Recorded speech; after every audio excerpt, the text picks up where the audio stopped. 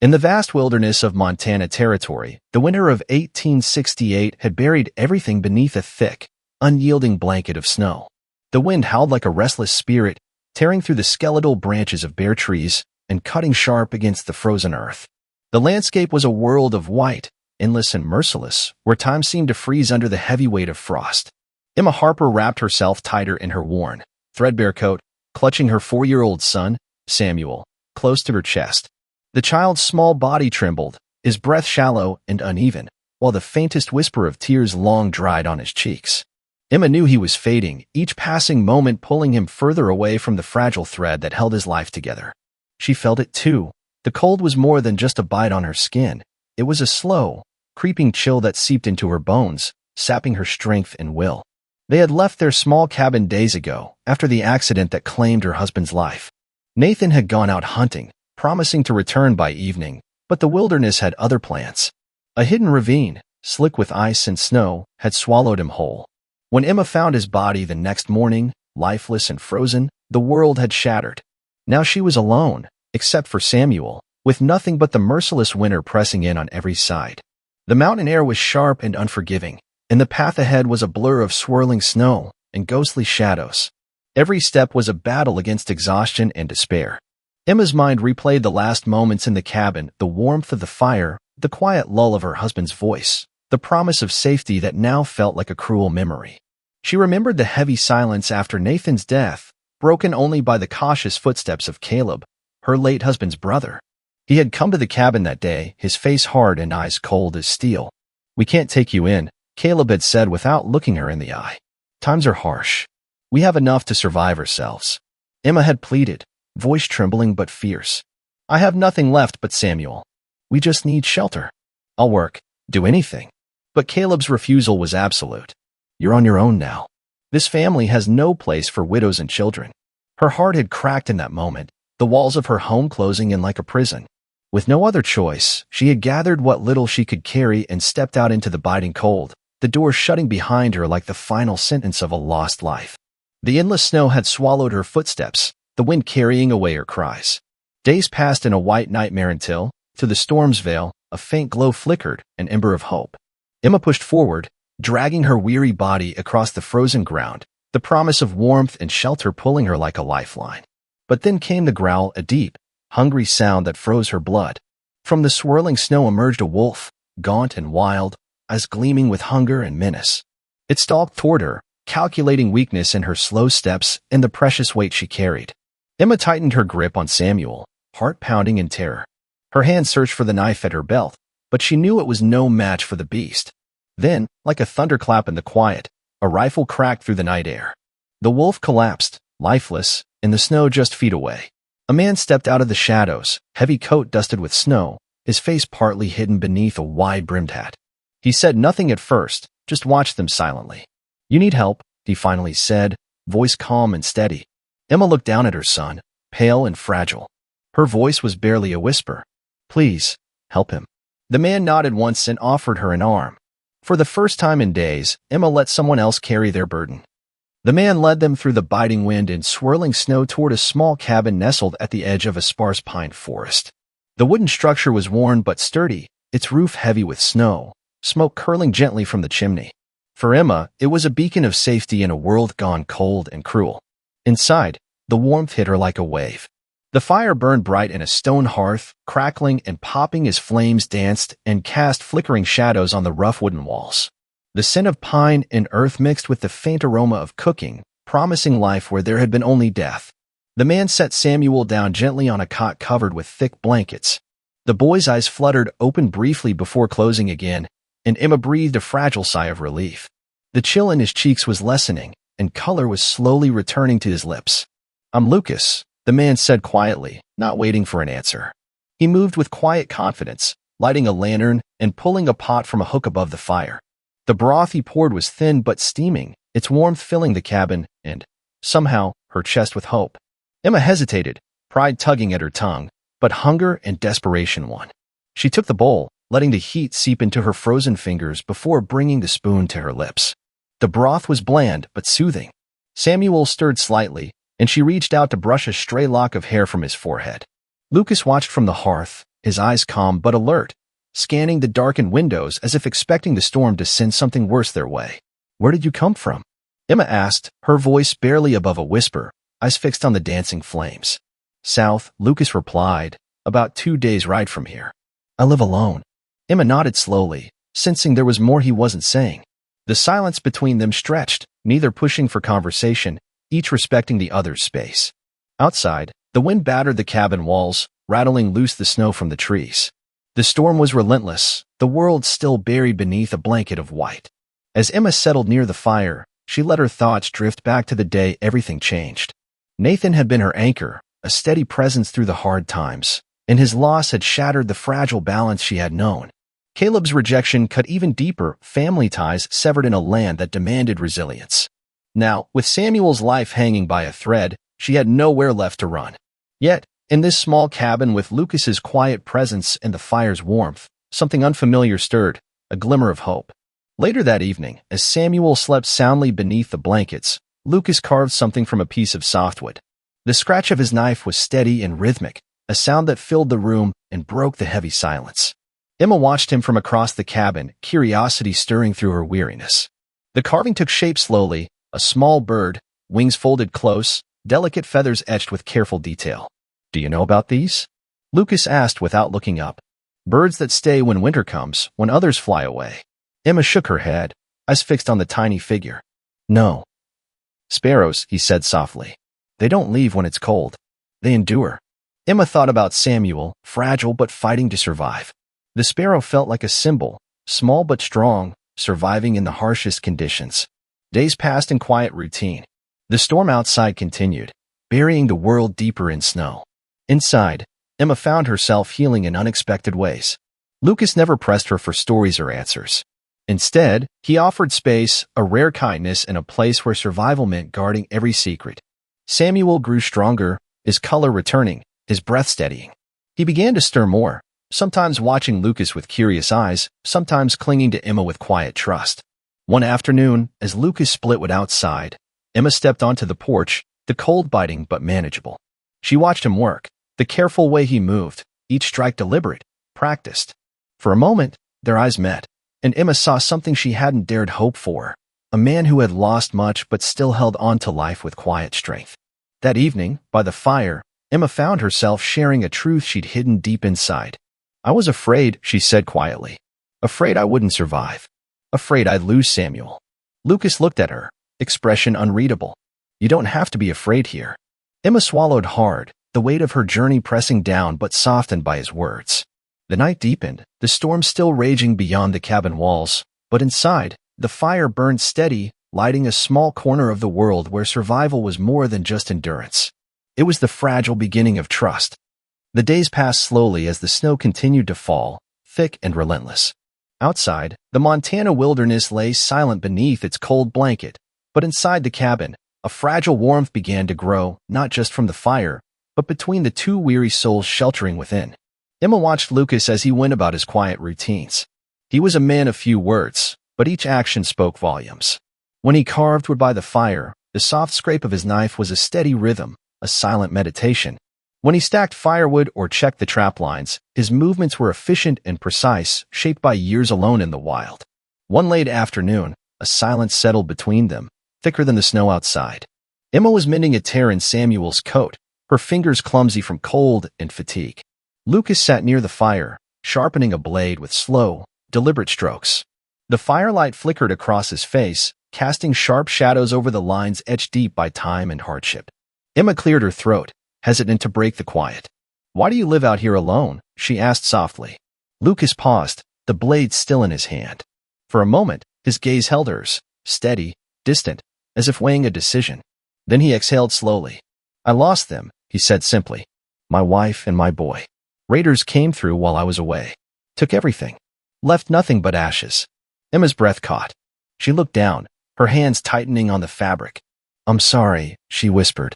"It's why I'm here," Lucas continued, voice rough but steady. "Out where no one can reach me. Where the world can't take more from me." The cabin felt suddenly colder, as if the weight of grief settled with the snow outside.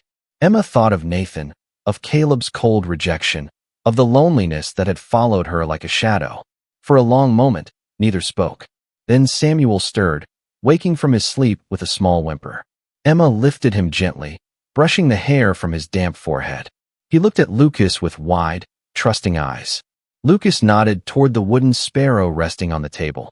"Sparrows survive," he said quietly. "Like him." He meant Samuel, fragile but fighting. Emma smiled faintly, hope flickering in her chest. As the fire dwindled to embers, the storm finally began to ease.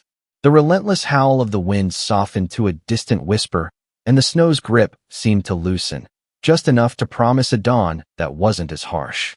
That night, Emma lay awake listening to the crackle of the fire and the steady breath of her sleeping son. Her mind raced with questions she dared not voice aloud. What now? Could she build a future here? Could she trust Lucas? Could she find a home in a world so cruel and cold? The next morning, the first pale light of dawn crept through the cabin window, casting a soft glow on the worn wooden floor. Emma rose slowly, careful not to wake Samuel. She moved to the doorway and stepped outside, the cold air sharp against her skin but refreshing after days trapped inside. Lucas was already there, chopping wood with practiced rhythm. The sight of him, strong, steady, enduring, filled her with a quiet comfort. He glanced up and nodded. "Good morning," he said. "Morning," she replied, voice soft but sure. Emma took a deep breath. "Thank you," she said, her words carrying the weight of everything that had passed. "For saving us. For this place." Lucas shrugged lightly, but his eyes held a warmth that no words could capture. As the sun climbed higher, melting the edges of the storm, Emma felt a resolve harden inside her. She would stay? For Samuel, for herself. Not just to survive, but to live. But even as the world outside softened, inside the cabin shadows remained. Of loss, of fear, and the fragile hope that healing could be found in the most unlikely places. The days grew longer, but the cold remained unforgiving. Outside, the snow began to soften, but inside the cabin, Emma could feel a different chill, the uncertainty of what came next, wrapped in the fragile thread of trust she was slowly weaving with Lucas. Samuel was gaining strength, his cheeks flushed with color, and his small hands curious and eager. He had begun to explore the cabin, his laughter a rare melody that chased away some of the silence. Yet, Emma knew trust was a mountain not climbed in a single step.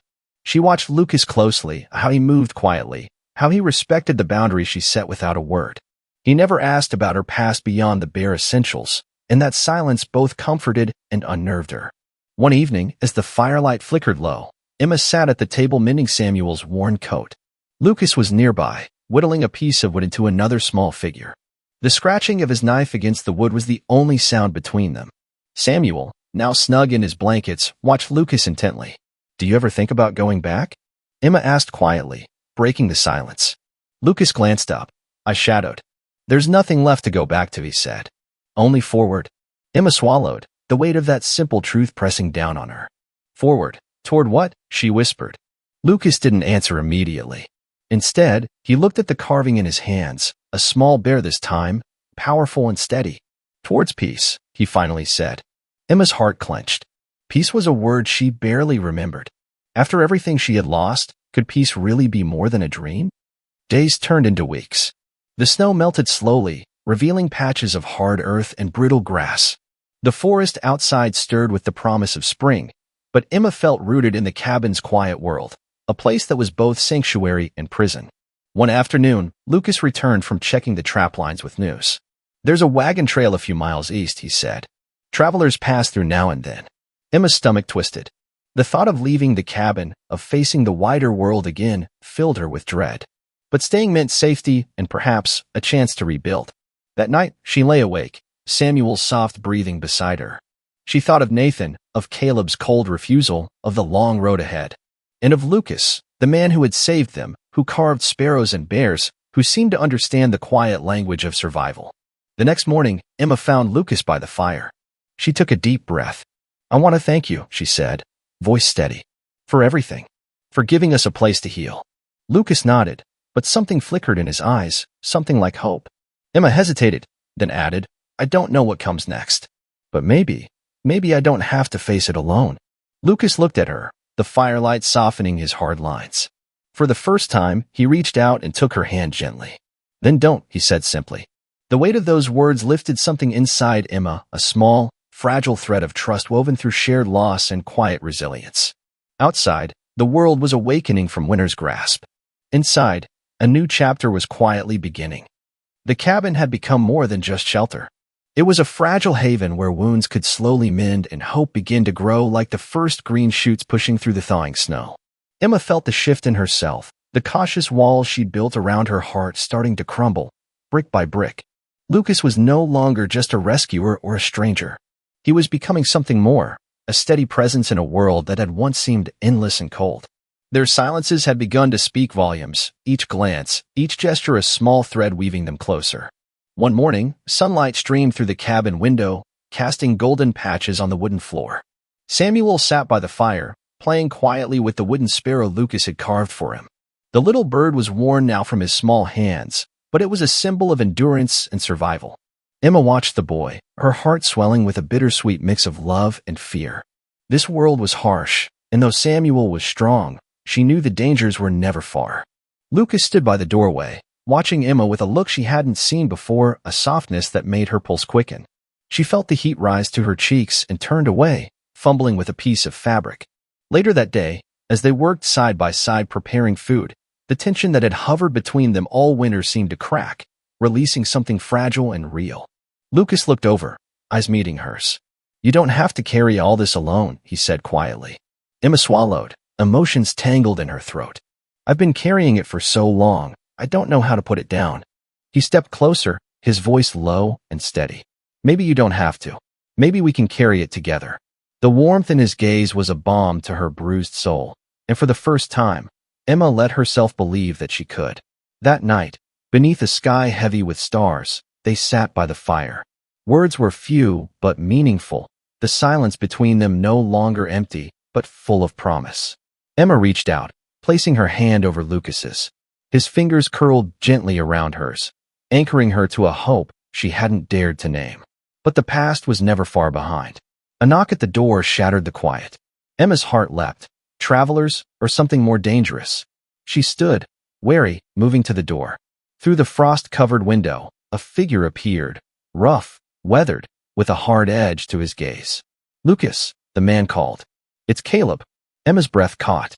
The brother-in-law she had feared, the man who had cast her out, had found them. Lucas stepped forward, protective and resolute. "You're not welcome here." The moment hung heavy, threat and fear mixing with the fragile peace Emma had found. Caleb's eyes flicked to Samuel, then back to Emma. "You can't hide forever. This land belongs to us." Emma felt a surge of defiance rise up. She was no longer the frightened widow who had begged for shelter. This was her home now, her sanctuary. "No," she said firmly. "It belongs to all of us. And we're staying." The cabin stood firm against the cold and the past shadow, a testament to survival and the strength found in unexpected places. The night stretched long and tense. Snow fell softly outside, muffling sounds and casting a fragile silence over the cabin. Inside, the air was thick with unspoken words and the weight of what had just transpired. Caleb's arrival was a stark reminder of the past Emma had tried so hard to leave behind, a past filled with loss, rejection, and cold doors closing in the dark. Yet here, in the flickering firelight, surrounded by the small family they had forged, she felt something new stirring, resolve. Lucas stood tall beside her, his presence a shield against the harsh world. Samuel nestled between them, his small hand clutching the wooden sparrow tightly, the symbol of endurance and hope. Caleb paced outside, his threats echoing faintly through the walls, but Emma and Lucas knew they were no longer alone, no longer powerless. Morning came slow and soft, the first rays of light breaking through heavy clouds and illuminating the snow-dusted trees. The world was waking, fresh and full of possibility. Emma stepped outside, the cold air crisp against her skin but somehow less biting. She looked to Lucas, who met her gaze with a steady smile. No words were needed. The promise was clear. They had survived the storm, both the one outside and the one within. The cabin was no longer just a refuge. It was home. And as the sun climbed higher, Emma realized something profound. True strength isn't found in never falling, but in choosing to rise again, in allowing yourself to be seen and to trust, even when the past tells you to run. She had learned that survival was more than endurance. It was the courage to embrace hope and build something new, even from the coldest, darkest winters. The sparrow rested on the table inside, its delicate wings folded close, but ready to take flight when the time came. No more running. No more waiting. Only the steady, quiet courage to live and to hope.